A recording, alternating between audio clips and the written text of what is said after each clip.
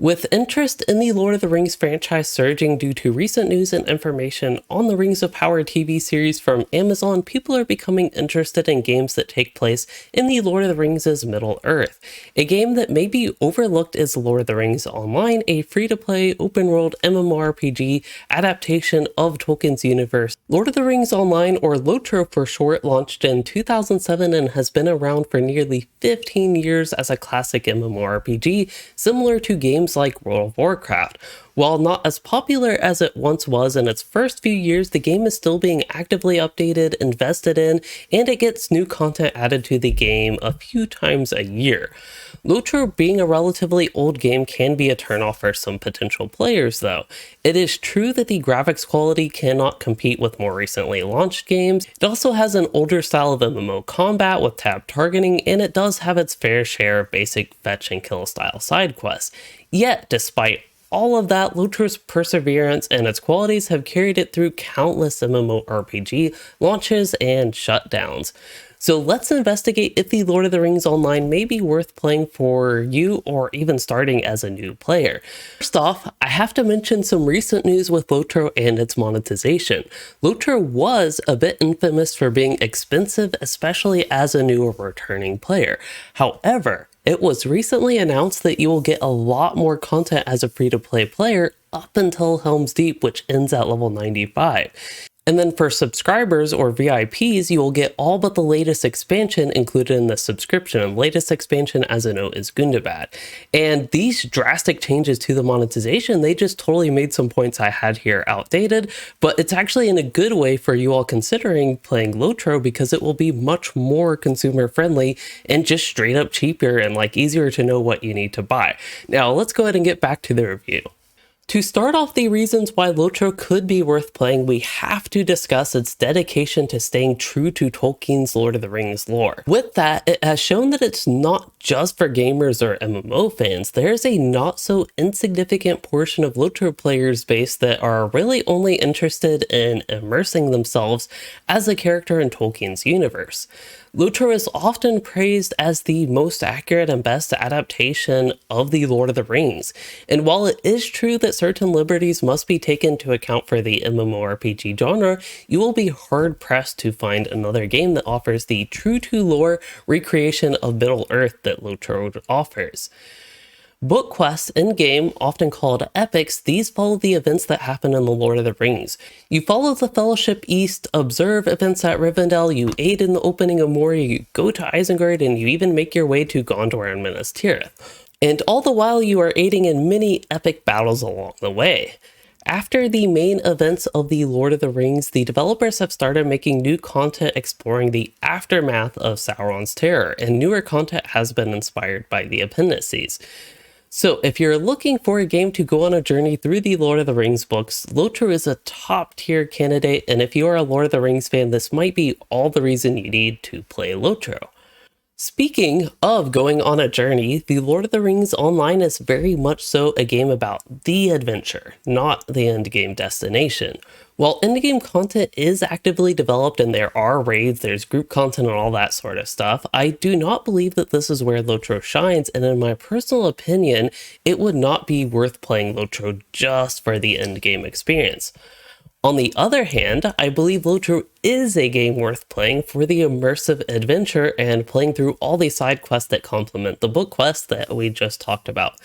And even though you can run into other players and group into fellowships and do all that sort of stuff, it may actually be best to think of LOTRO as an RPG in terms of leveling, where you want to play through all the content rather than wanting to just rush to the end. Now, there is a ton of content in LOTRO where it can take a very long time to experience all of it. This can be both a pro and con depending on your preference, but if you are into more of a long adventure through Middle-earth, I think this is a very solid reason to consider LOTRO. To aid in the adventure, LOTRO has some of the best world building that I have seen in any MMORPG. Again, while the graphics quality does tend to feel a little bit outdated, the landscapes, sights, art style, and the designs of Middle-earth in the game are simply stellar, I think. There is no lack of immersive environments to go along with your questing, leveling, exploring, and even with raiding. On top of that, LOTRO offers one of the largest open worlds of any MMO, so there is plenty of landscape content to explore and adventure to. Some personal highlights that I find LOTRO to have been worth playing for include 1. Forakel, Frozen Zone in the north, 2. Lothlorien, an elvish area also called the Golden One, and then 3. we have Gundabad, which actually was the most recent expansion with a very expansive take on a Dwarven mountain hold and some of the more extreme mountainous world building in the game. I won't spoil all the places, but I honestly think LOTRO has been worth playing just to explore and roam around the wonderfully crafted world, and you may also find it worth playing for that, as well as the immersion factor with the world. Here, we start getting into a mixed area with gameplay. Something to be aware of is LOTRO is an older style MMO that may push some potential players away, but it also, on the other hand, could make LOTRO worth playing for some other potential players, like me. Something I also appreciate is the variety of gameplay styles between the classes. Pushing the boundaries of the lore, you have the magic-like classes with the Lore Master and Runekeeper, which fill that like magician mage role that I love so much. And then there are the physical classes of things like the Guardian, Champion, and Hunter, which are all quite fun to me. But my personal favorite of all of them is going to be the Warden, and I honestly think that LOTRO has been worth playing just for the Warden. So my recommendation is if you are interested in all that LOTRO offers, but you are kind of on the fence about the gameplay, I would recommend consider trying each of the classes to see if there is one you do like. And if you're interested in more information on the classes, I have a video that I will link in the description. Another facet of gameplay is going to be content, of which I have covered why questing may make LOTRO worth playing, but I have not yet discussed group content. While again, I don't recommend LOTRO just for endgame, what I can say is LOTRO has some great group content gameplay, and compared to other MMOs that I have played, I think LOTRO really has some great dungeons and raids, and those have actually helped make LOTRO worth playing for me. On top of really interesting boss fights, group content gameplay shines in the form of how different classes work together and synergize. In LOTRO, there is going to be the classic triumvirate of tank, DPS, and healer, but something that is relatively uncommon in MMOs is going to be the support role that LOTRO does offer. With the assortment of roles and specs that classes can fill, there are often numerous ways you can complete group content while allowing everybody in the group to play whichever class they like most. That said, as a bit of forewarning, there is typically going to be an endgame meta that develops with certain classes and specs outshining others, and unfortunately, like many other MMOs, that seems to be just unavoidable in LOTRO's development. So if you are interested in an MMO with group content, LOTRO could definitely be worth considering, especially considering just how much there is spread throughout the levels. But there are going to be a few caveats. 1, there is no traditional dungeon finder. 2, it can sometimes be hard to find a group of on-level players to run older or leveling dungeons and raids with. And then 3, a lot of older and low-level group content is actually quite easy and just doesn't really offer much of a challenge anymore because after years of development, characters have become quite strong. And finally, for number 4, with the exception of level 130, which was the previous level cap before the current one, endgame content at recent level caps, including the current Gundabad, has had relatively few instances to run through, so there really isn't much variety, and endgame group content can get quite repetitive. But if other aspects of LOTRO appeal to you and you do have interest in instances, I really recommend trying to find a kinship, also known as a guild, and finding some like-minded players or similar level players to group up with.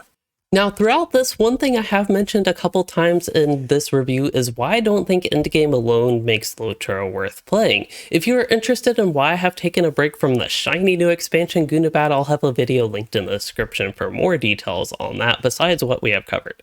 So, to kick off why you may not find LOTRO worth playing, I do want to repeat that LOTRO is an MMO about the adventure, rather than an MMO about rushing to endgame and grinding through endgame content. And this is because I overall don't think LOTRO has healthy progression systems. Gear rewards at endgame are not only unexciting, but sometimes looting good gear actually feels bad due to the essence system that is in the game, and there is a somewhat strong emphasis on loot boxes and some other things that may approach pay to win. And hey, there's another shout out to one of my videos in the description if you're interested in learning more on if LOTRO is pay to win or not. Interjecting here again to cut out some of the outdated portion of the video on monetization. The older version, if you're curious, I talked about LOTRO's monetization, and particularly the mess going on with that, but I honestly no longer think the monetization of content will be a reason to not play LOTRO once update 33 is released, and again that is expected April 20th of this year 2022. But still, to be fair and thorough, I will say a potential turnoff for some people may be the LOTRO store, which does include things like level boost, loot boxes, their stat boosters, and just other things some people may consider pay to win. And along with that, there's going to be an assortment of premium currencies, and the LOTRO store does have cosmetics you can buy. But even with all of that, on top of the upcoming changes, there are some features of LOTRO's monetization that actually can make it quite nice. And the biggest is perhaps you can earn LOTRO points, which is the cash shop currency. You can earn those from in-game activities. This can technically allow you to earn nearly everything in game, even if extremely grindy and inefficient to do so, and it only really costs time and lots of it. Unless, of course, you do go VIP subscription, which comes with a very convenient monthly LOTRO point stipend. In addition to all that, there are occasionally going to be pretty deep sales on things like expansion packs and level boosts. So yeah, the monetization of LOTRO is on the upward trend, and while even as recent as like the beginning of this year, it was a definite turnoff for some people, I think it really deserves a second look, especially considering the recent quality of life changes and the upcoming content changes. So with that out of the way, let's go ahead and get back on topic. Now, the final reason I have for why LOTRO may not be worth playing for you is if you want a development team that is going to be heavily engaged with the community. I find community engagement and communication from Standing Stone Games, the developers, to have its ups and downs. For a long while before last year, it was really not in a great spot, quite a bad spot, actually, to be honest. But then LOTRO did get a new producer around this time last year, who, while it sounds like it's not actually supposed to be a part of their job, he has done a great job with regularly communicating on the forums. He occasionally appears on live streams, and he has had some occasional interviews, such as the one I did with him. But outside of that, and outside of like these up periods, Standing Stone Games really does not impress me with community engagement, and sometimes this can actually feel detrimental to the game's development, which leads into one of the reasons why I've taken a break from endgame LOTRO content. But the moral of this point is, if you really care about having a sense of community and engagement directly from the developers of the game, then LOTRO probably cannot offer that for you at the moment. At this point, I have shared some reasons why LOTRO may be worth playing for you and some reasons why you may not find it worth playing. If you asked if I personally find LOTRO to be worth playing, I obviously as a LOTRO player do find it worth playing, but also obviously that is not going to be the case for everybody. I tend to enjoy the stuff I talked about in this video, such as leveling, questing, getting lost in the immersion, and grouping, and running dungeons and raids. And I also do actually enjoy the gameplay, especially on the Warden class. For all those things, I do find LOTRO to be worth playing. But again, the case for you with all that may be different. But just like for me with LOTRO, I hope you all found this video worth watching, and I hope it helped you learn more about LOTRO and if you might find it worth playing. Now, if you have any thoughts on LOTRO in 2022, please share in the comments, and if you enjoyed this video, please consider liking and subscribing for more or becoming a channel member to support the content, and the cat right there above me. And thanks for watching, everyone.